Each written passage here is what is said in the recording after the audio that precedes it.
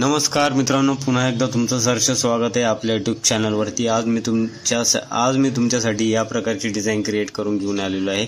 या डिझाईनमध्ये एंडच्या लेअरपासून सुरुवातीच्या लेअरपर्यंत तुम्हाला सर्व काही डिटेलमध्ये तुम्हाला माहिती देणार आहे। तर मग व्हिडिओला आपण सुरुवात करूया। सर्वात आधी आपल्याला जी आपण कन्वर्ट स्मार्ट ऑब्जेक्ट करून लेअरवर आणलेली तिला आधी बंद करूया। ओके, आणि एंडच्या लेअरला जायचं आपल्याला, म्हणजे सर्वात खालच्या लेअरला।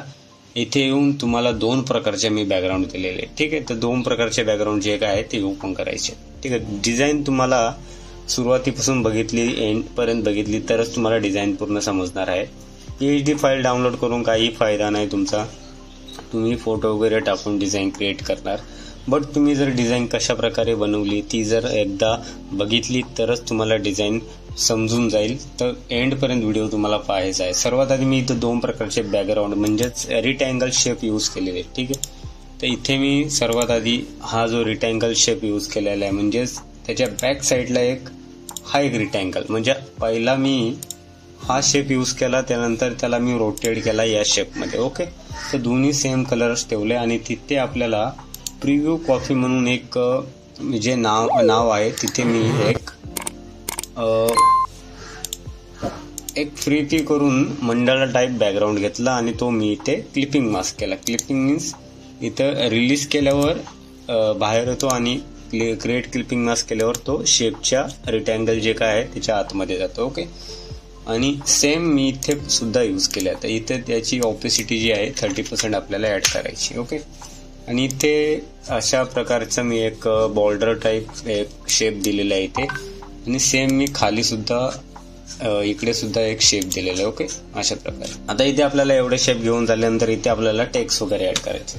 सुरुवातीला आपण एक बॅकग्राऊंड ऍड करूया। बॅकग्राऊंड मी इथे या प्रकारचा ग्रंज टाईप बॅकग्राऊंड ऍड केलेला आहे, त्याला मी सॉफ्ट लाईट करून इथे लॉक करतो। ओके, यानंतर त्याच्या बॅक साईडला एक सेम जे मी इथे प्रिव्ह्यू कॉपी केलं तेच इथे पेस्ट केलंय मंडला बॅकग्राऊंड, आणि त्याला ओपन केले। ओके, त्याला एक्सप्लोजर देऊन थोडंसं डार्कनेस केले। ओके, आता इथे मी एक टेक्स्ट वगैरे ऍड केलेलं आहे बॅक साईडला, ठीक आहे। अशा प्रकारे त्याची जे काही ड्युरेशन आहे त्याची ऑपेसिटी मी ओव्हरलेमध्ये ठेवून 27% ऍड केलेले।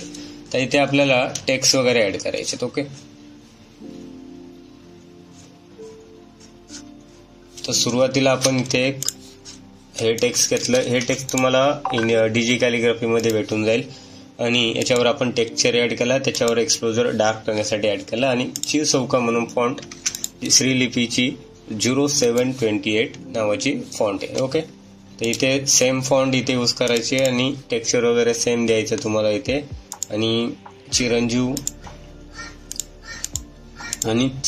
इथे तुम्हाला ऍड करायचे, ठीक आहे। आणि या प्रकारचे टेक्स्ट आणि एक लाईन वगैरे ऍड करायची। ही लाईन सोशल मीडिया ही जी बॅक डाऊनची लाईन आहे याला आपण विंटेज डेकोरेटिव्ह जी फॉन्ट आहे तुम्हाला गुगलवरती जाऊन भेटून जाईल। ओके, आता इथे शुभ युवा कॅलिग्राफी हे जे काय सगळे तुम्हाला मटेरियल वगैरे ते तुम्हाला PHD फाईलमध्ये डिस्क्रिप्शन लिंकमध्ये दिलेली आहे मी लिंक, त्याचा पासवर्ड सुद्धा व्हिडिओच्या अधूनमधी कुठेतरी येतो, तो तुम्हाला शोधून टाकायचा आहे। ओके,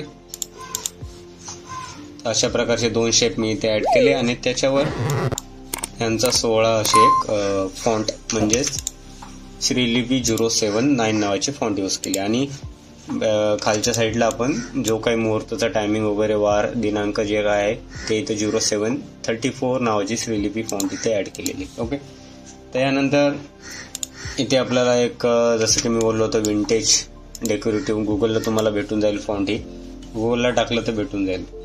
आणि यानंतर शुभ युवाच्या नावावरती आपल्याला टेक्स्चर ऍड करायचं, जसं की सेम टेक्स्चर आपण सेम इफेक्ट वगैरे जसं की नावांना दिलं होतं तसं इथे सुद्धा आपण त्या नावांना इफेक्ट वगैरे देतोय, ठीक आहे। आता विवाहाचा जो शेप वगैरे त्याला हॉरिझॉन्टल शेप वगैरे म्हणू शकता तुम्ही, तुम्हाला PNG विंग मध्ये किंवा गुगलवरती सहज भेटून जाईल।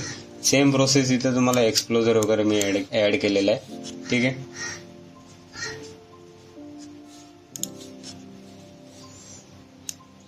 आणि याच्यामध्ये एक ग्रेडियंट मारून याला मी एक फॉर एक्झाम्पल मी तुम्हाला दाखवतो। ग्रेडियंट मी अशा प्रकारे इथं ऍड केलेला आहे त्याला, ठीक आहे। ग्रेडियंट मारून मी याला इथे शेप तयार केलेला आहे. ओके, आणि त्याच्यावर मी गोल्डन करण्यासाठी थोडंसं एक्सप्लोजर ॲड केलं आणि अशा प्रकारे एक लाइनिंग ड्रॉ केली. ओके,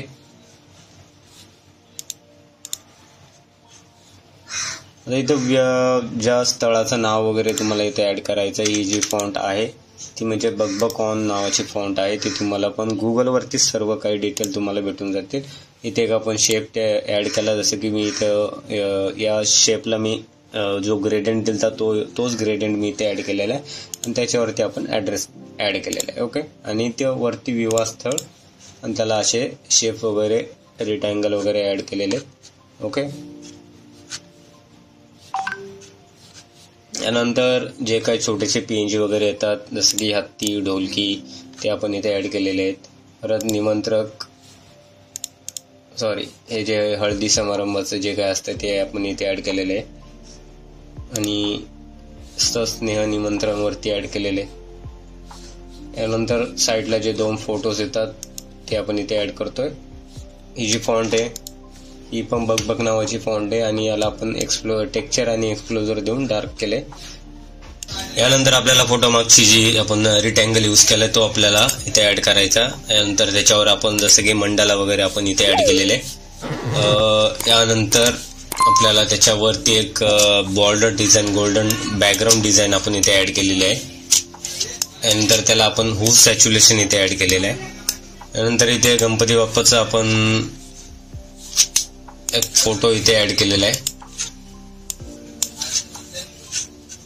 आणि इथे श्री गणेशाय नमः वरती ऍड केलेले. इथे आपण एक कपलचा फोटो ऍड केलाय.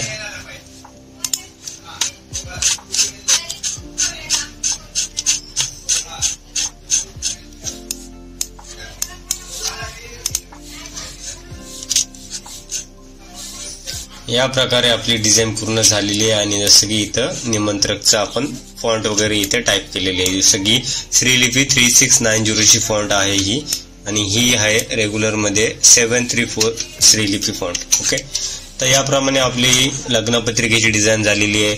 खूप जण कमेंट करत होते की दादा लग्नपत्रिकेवर व्हिडिओ घेऊन या. तर आपण व्हिडिओ तर घेऊन आलेलो आहे, त्यासोबत तुम्हाला PHD वगैरे सुद्धा मी इथे ऍड केलेली आहे. तुम्ही जाऊन ती डाउनलोड करू शकता आणि असेच नवीन नवीन व्हिडिओ आपल्या चॅनलवर येण्यासाठी चॅनलला तुम्ही लवकरात लवकर जाऊन सबस्क्राईब करा, कमेंट करा आणि बेल आयकॉनवर क्लिक करा, जसे की नवीन नवीन व्हिडिओ तुमच्यापर्यंत येत राहतील. धन्यवाद मित्रांनो.